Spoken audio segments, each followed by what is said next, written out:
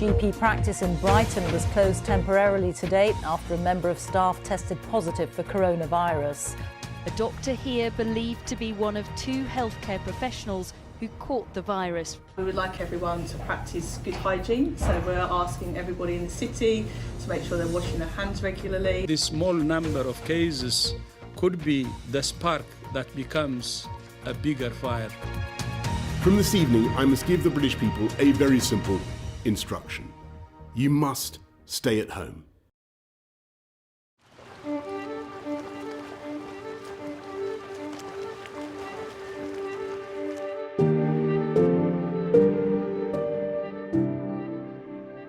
As social distancing prevents us from experiencing the joys of life in community, may the need to withdraw and stay well be accompanied by the urge to reach out to others with compassion and care, and to forge and renew connections, even in the absence of physical contact. Recalling the trials of those who went before us and their endurance and survival, may we find the strength to endure, even in the face of pain and loss. The Brighton and Hove Interfaith Contact Group have been doing these brilliant words of connection, and I've been circulating those whenever they've come in around a few staff networks that I have access to, and the feedback's been great because people can just look at that when they've got a quiet moment on their shift. Doesn't matter whether it's the night shift or the day shift. They've got something that they can go to and just use as a basis for a bit of quiet, bit of reflection, just think about the words, and they're just such a great perspective exercise. All the faith groups have suddenly realised and been forced to realise how we can use this technology. We've been forced to learn how to use Microsoft Teams and Skype and Zoom. There was a recent survey that said a quarter of English adults have accessed services of worship online. So clearly, at the moment, a lot of people are accessing services of worship to a greater extent than would normally connect with organised worship in buildings. But I think people may explore their worldview a bit more deeply under stress.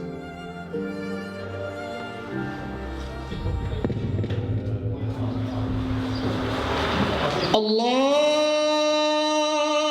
Akbar, Allahu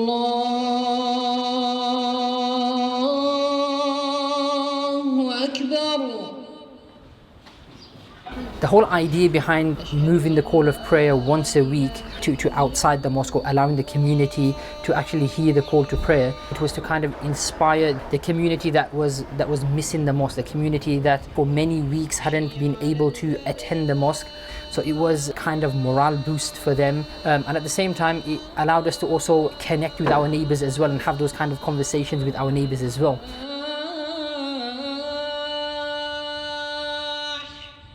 We're all people of faith, so we understand that our faith is something that can decrease and increase. So we always need to do something which will actually help our faith increase or stay intact. So not being able to come to the mosque and not being able to congregate has affected our faith a lot, you know. So coming here to just witness the call to prayer is at least some sort of encouragement and boost for us. The lockdown kind of happened at a very crucial time as well, the month of Ramadan, where one of the main wisdoms behind fasting is so that we as Muslims can experience what the poor experience on a daily basis. So that feeling is experienced every Ramadan, but this Ramadan, because there was that sense of more opportunities of helping people that were in need, many Muslims actually felt that this Ramadan was very, very different to previous Ramadans in terms of being able to actually serve and in terms of being able to be there for members of our community. We've been cooking food for the NHS, for the hospital, we've been taking food. We had this year the purest Ramadan ever happened. We believe in our religion, Islam, everything happened for a good reason. Because before, we all so busy with work and then even the environment, plastic everywhere. You know, now dolphins start coming to Brighton Beach.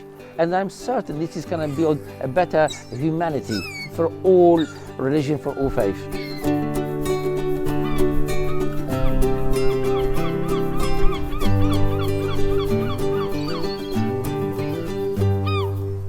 We've ended up really having to go back to the very fundamentals of what keeps us all going, and it's about keeping people fed. Many faith organisations have actually been doing this for a long time, and actually having some of those structures already in place has been really helpful, because we've been able to grow on top of that, and we've had a bit of a template to copy. So we've managed to set up food hubs that's supplemented what's already going on.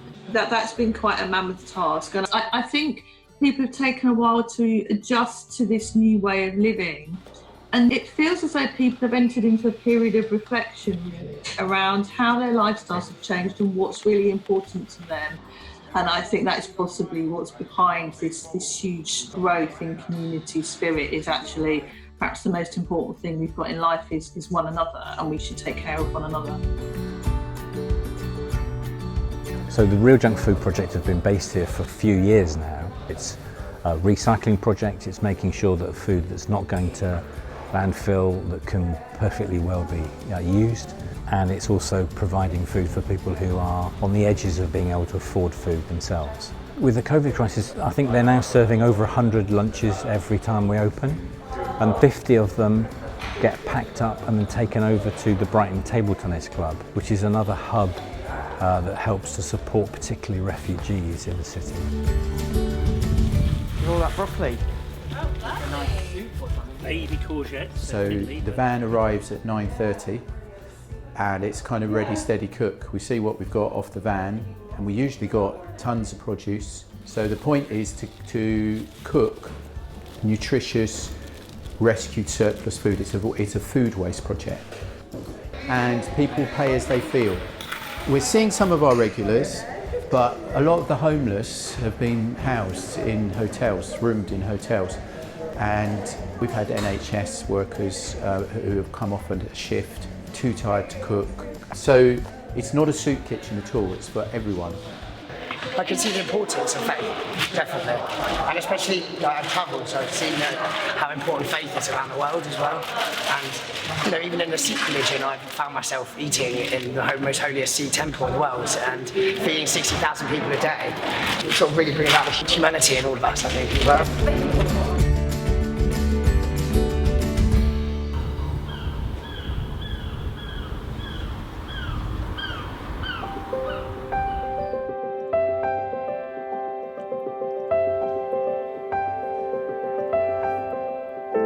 We label all the bags and we have them in order for when the drivers come, so we're a slick operation, so we know who's coming at what time and who they're taking, and so we do our social distancing. They come to the door and we pass the food to them. We have 2 lunch clubs, one on a Tuesday, one on a Thursday, and in total there's about more than 100 people a week that we reach, that they either come here or they come to volunteer, and a lot of those people are shielding or they're isolating. So this has kind of evolved over the last few weeks into the smooth, efficient military operation you see. We looked into the health and safety, the rules around how many people are allowed in a kitchen, so 2 meters distance all times. We carried on getting our fair share supply, which is 5 tons a year, so we had quite a lot of food we could use.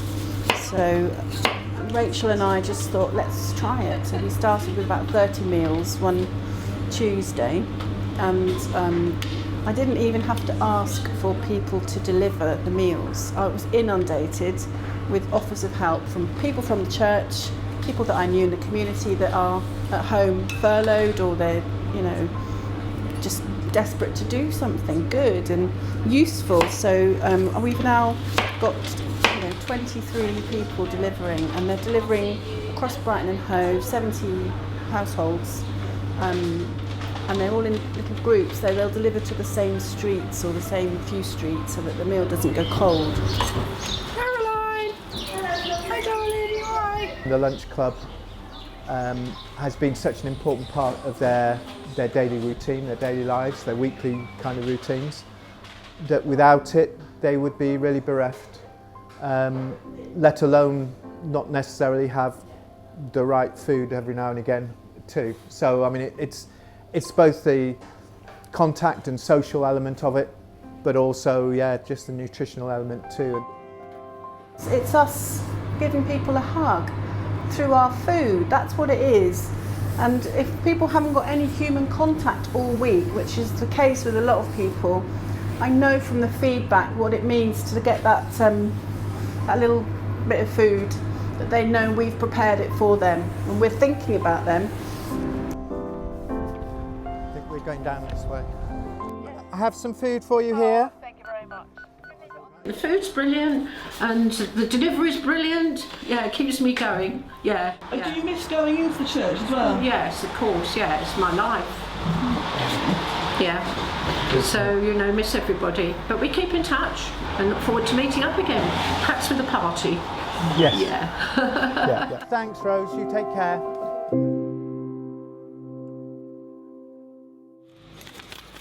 We started sort of flyering very locally and putting our own names and numbers on a flyer that we stuck through our neighbour's door, usually at street level, sometimes groups of street level, and we literally were offering support. So we put our name and our number and people started to phone us up or connect with us on WhatsApp or by text, and we set up kind of WhatsApp groups. And those WhatsApp groups were sometimes at street level, sometimes at sub-area level.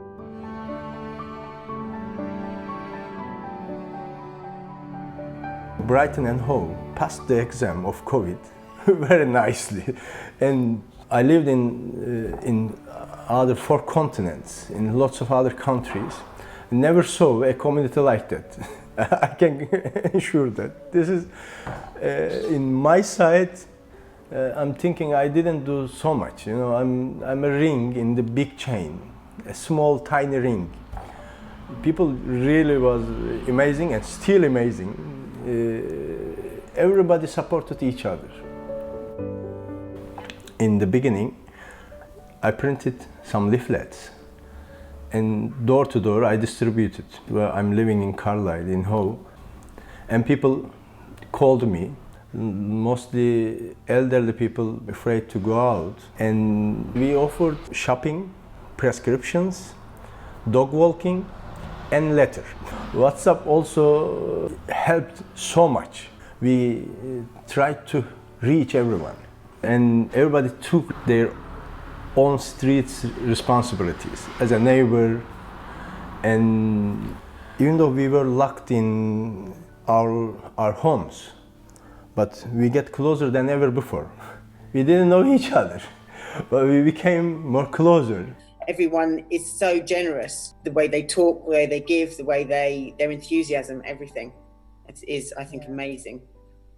Yeah, I was overwhelmed in my street by having like 40 people on the group within a week with 37 of them offering support, and I was amazed. That was just next door. So yes, I can attest to that. Ibrahim, you're nodding too, I can see that. Anybody else? Anything we haven't covered?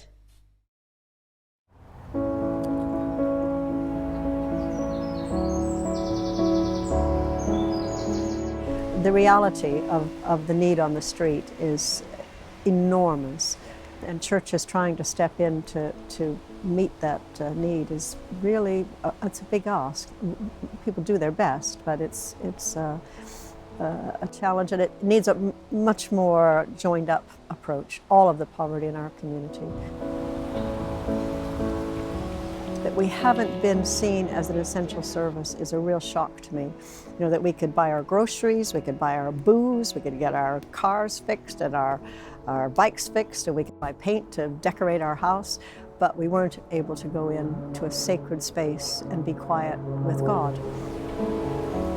Even in hospitals, I think there's been a discouragement for clergy going into hospitals, and this is hugely, hugely sorrowful to them, particularly for the denominations for whom there is the lost rights. And loads of denominations have a particular process which everyone finds really strengthening and really helps support them. And if they can't have that and can't do it, it's a great big gap, both in for the lives of the family, the person who's dying, but the clergy person too.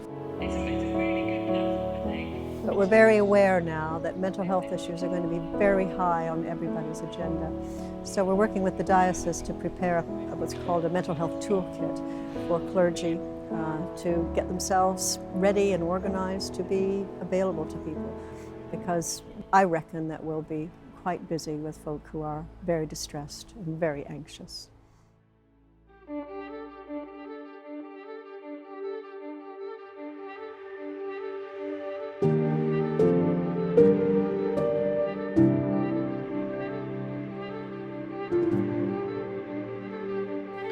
We stepped into the gloom and met lockdown. The ghost of COVID separated us, imposing self-isolation, making us all prisoners behind windows, gazing at empty streets. That gloom has cast its shadow before, in times of plague, war, and brutality, in times of desolation, and, it must be said, that as night stretched out before us, we also found ourselves at the gates of despair. But as we peered through the dark, we were able to make out the shapes of light bearers, black, white, female and male, brave, kind and compassionate, young and old. We saw them striding past the fear of others, haunting the corridors of hospitals, working in food banks, homes and places of worship, holding the hand of death. And now, we must admit, darkness is always there. It must be, and it can be challenged. And though we've known fear and loneliness, and have witnessed sadness, we can also see the light. We can recognise the stars, those angels, those bearers of hope and love, the living spirits that brought light to the lockdown.